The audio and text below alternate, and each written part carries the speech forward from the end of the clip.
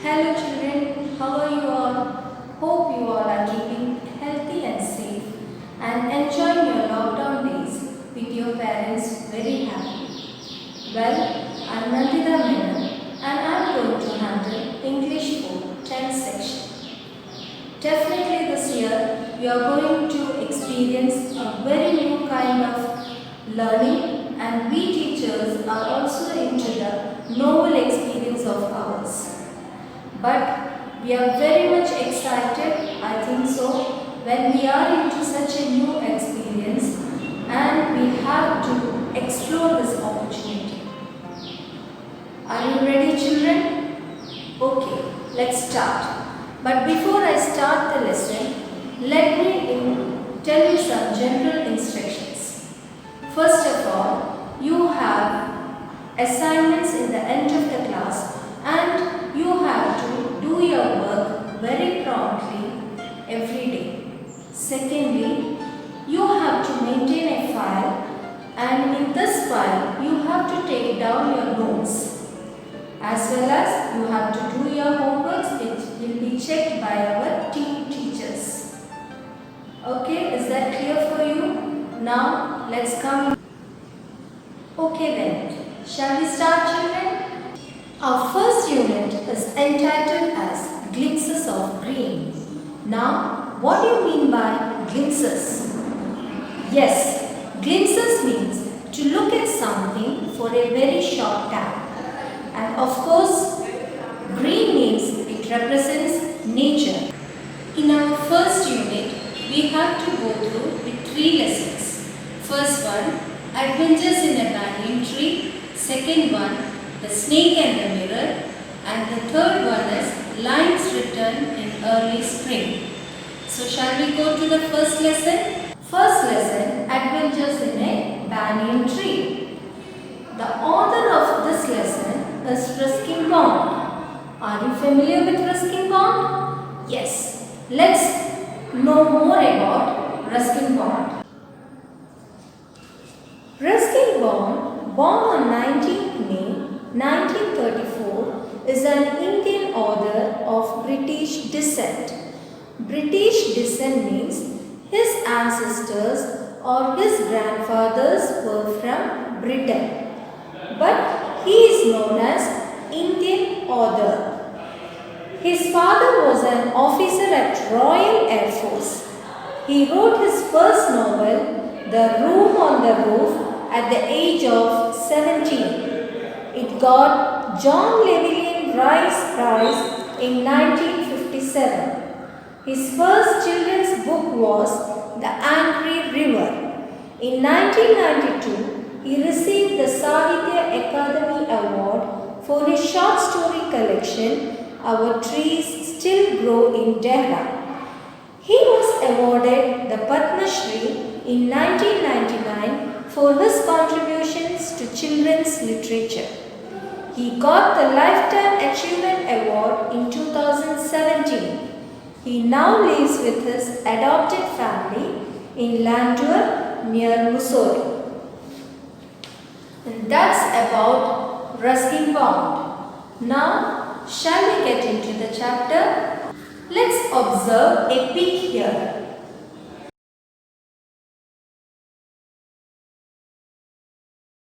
Okay children, so what did you observe in the pic?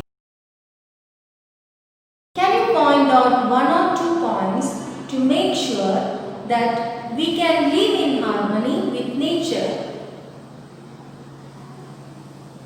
Yes. Okay children, so what is your first point? Yes, you're right. Don't cut trees. Second point? Yes, don't poach animals. Third point? Yes, we should give care and love to nature as we give to our kith and kin. You all are very good. So now, let's move on to the lesson. Let me explain to you children. Though the house and grounds of our home in India were grandfather's domain, the magnificent old banyan tree was mine chiefly because grandfather at the age of 65 could no longer climb it. Now here you understood the meaning of domain. Domain means an area of knowledge or activity. What is meant by magnificent? Magnificent means very great. So you might have understood that grandfather used to spend much of his time in this banyan tree in the past. But now it is the boy's domain because grandfather is unable to climb the tree and grandmother used to tease him by saying the name of one Countess of Desmond, who is an English woman who lived the age of 117 and would have lived longer if she hadn't fallen while climbing an apple tree. Now here you should understand that grandmother is pulling the leg of grandfather by saying that, by teasing him by taking the name of the Countess of Desmond. Means it shows that grandfather at this age is afraid of climbing the tree. The spreading branches of the banyan tree, which curved to the ground and took root again, forming a maze of arches, gave me endless pleasure. The tree was older than the house, older than grandfather, as old as the town of Dehra, nestling in the valley at the foot of the Himalayas. Now in the second para, my next friend and familiar was a small grey squirrel. Arching his back and sniffing into the air, he seemed at first to resent my invasion of his privacy. But when he found that I did not arm myself with a catapult or air gun, he became friendlier.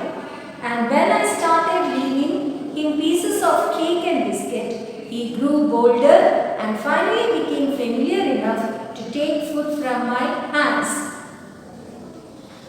He is again saying that, the boy is again saying, my first friend and familiar was a small grey squirrel. Do you know what is a squirrel? Let's see.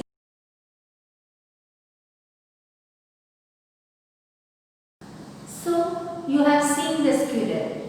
This animal you have already seen around your surroundings. Isn't it, children? Now, here you can see, arching his back and sniffing into the air, he seemed at first to resent my invasion of his privacy. So, arching his back means the squirrel is standing in an arched position when it sees the boy. Why? Because it is getting irritated when it sees the boy. Arching his back and sniffing into the air, he seemed at first to resent my invasion of his privacy. To know the position correctly, you might have seen in your house lizards. Lizards, when they are in a fighting mood and when they are irritated, they used to stand in an arched position and they used to wag their tails very swiftly. This is because they are in an irritated mood. Same way, when the squirrel see the boy, it gets irritated in the presence of the boy because it thinks that it is losing its privacy. So, he seemed at first to resent my invasion of his privacy. What is the meaning of resent? To be angry or upset. Invasion means the act of moving into a place. Now you understood what is the squirrel feel when it sees the boy. Next, but when he found that I did not arm myself with a catapult or air gun, he became friendlier. And when I started leaving him pieces of cake and biscuit, he grew bolder and finally became familiar enough to take food from my hands. So, when he found that I did not arm myself with a catapult Do you know what is a catapult? It's here. Or air gun. You are familiar with the word air gun. And he became friendlier when the student understood that the boy is not having any kind of weapons to harm the squirrel. It became friendlier to the boy. And when it became a little friendlier, the boy started giving the squirrel cakes and biscuits. And now the squirrel grew a bolder, means little bold enough to come near the boy. And finally became familiar enough to take food from my hands. It became little more closer to the boy that it is now bolder enough to come and take the food from his hand. Before long, he was delving into my pockets and helping himself to whatever he could find. Now they have become this much close that now in a very short time, the squirrel started delving into the pockets of the boy. What do you mean by delving? To search thoroughly and carefully. Delving into my pockets and helping himself to whatever he could find, whatever the squirrel could find to eat. It would go inside the pocket of the boy and it would take and eat it. He was a very young student and his friends and relatives probably thought him headstrong and foolish for trusting a human. So you know that usually we human, we find pleasure, some people they find pleasure in harming the animals. So the animals have a view that humans harm them at any cost. And that's why the squirrel's relatives and friends thought that the squirrel is headstrong. Headstrong means the squirrel is very stubborn that it is going near a boy or a human. And also the squirrel is foolish for trusting a human.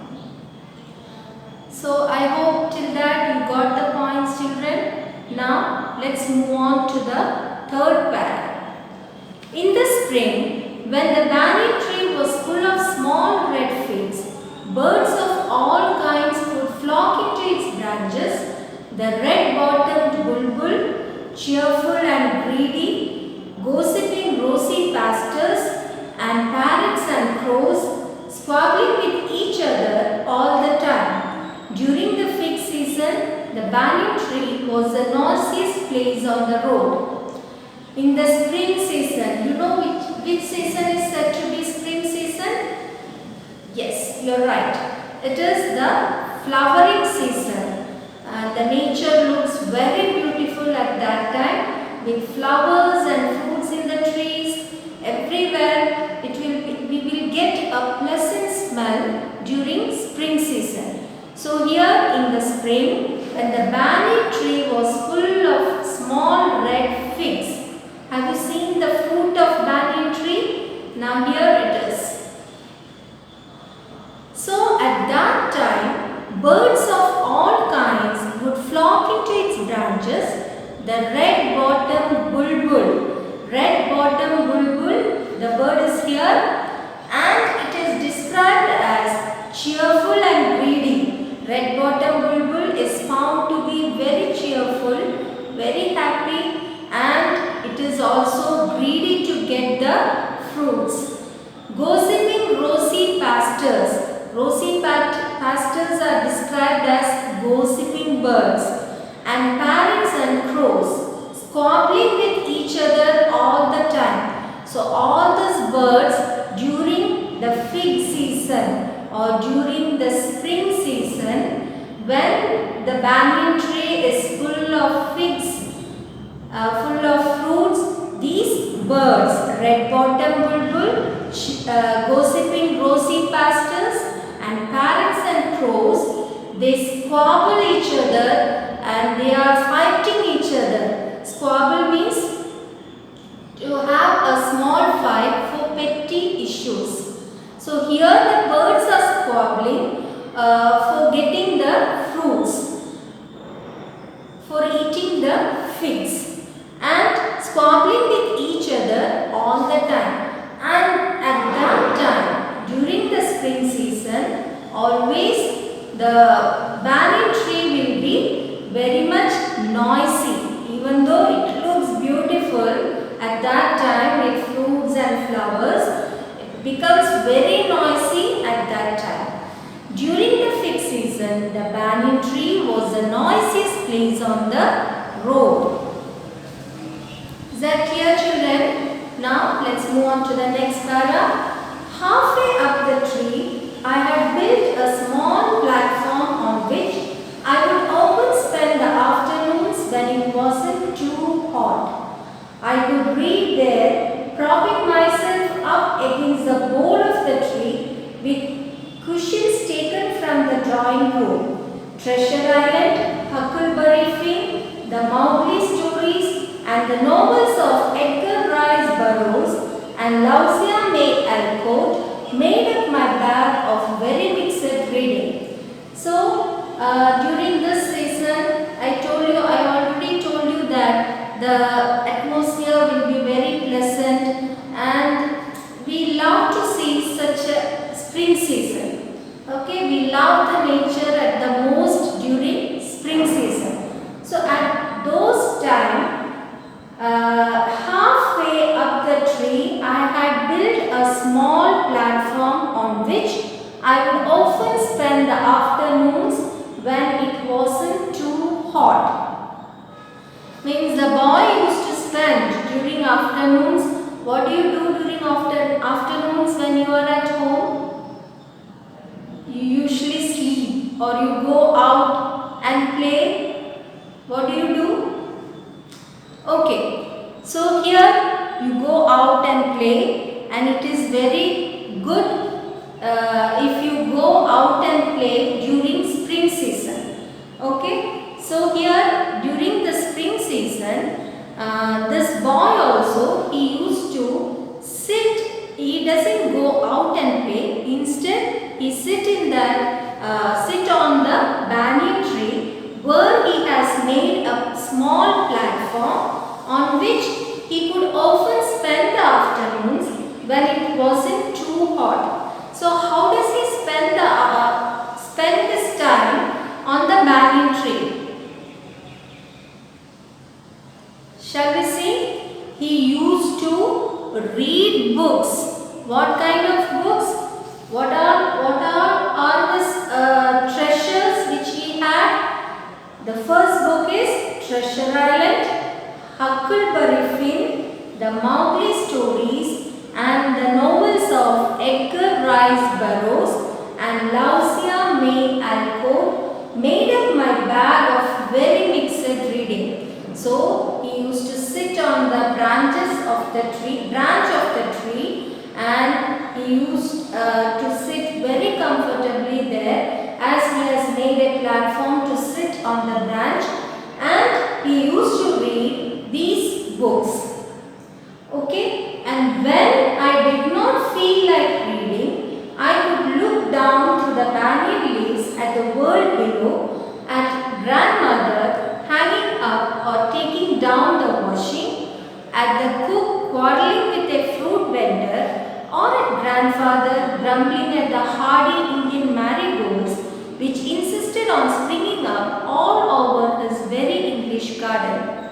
Usually, nothing very exciting happened while I was in the banyan tree, but on one particular afternoon, I had enough excitement to last me through the summer. Okay, so when I did not feel like reading, see, when we are reading for a long time, sometimes we feel bored. Okay, at that time, this boy, when he feels bored or he feels little tired by reading for a long time, what does he do? He could look down through the banyan leaves at the world below. Means he's looking through the banyan leaves to the world below. Means what is happening below. what is happening on the ground, and he could see that grandmother hanging up or taking down the washing. After washing the clothes, grandmother would be hanging the clothes for drying up or taking down the washing. At the cook quarreling with a fruit vendor. Who is a fruit vendor? Fruit vendor, one who sells fruit. So at the cook quarreling with a fruit vendor, or at grandfather grumbling at the hardy Indian marigolds which insisted on springing up all over his very English garden.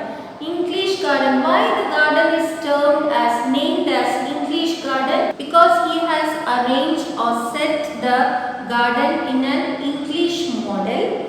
In that English garden, there was Indian marigolds, and he has planted Indian marigolds in that garden, which insisted on springing up. So the grandfather was grumbling at the Indian marigolds.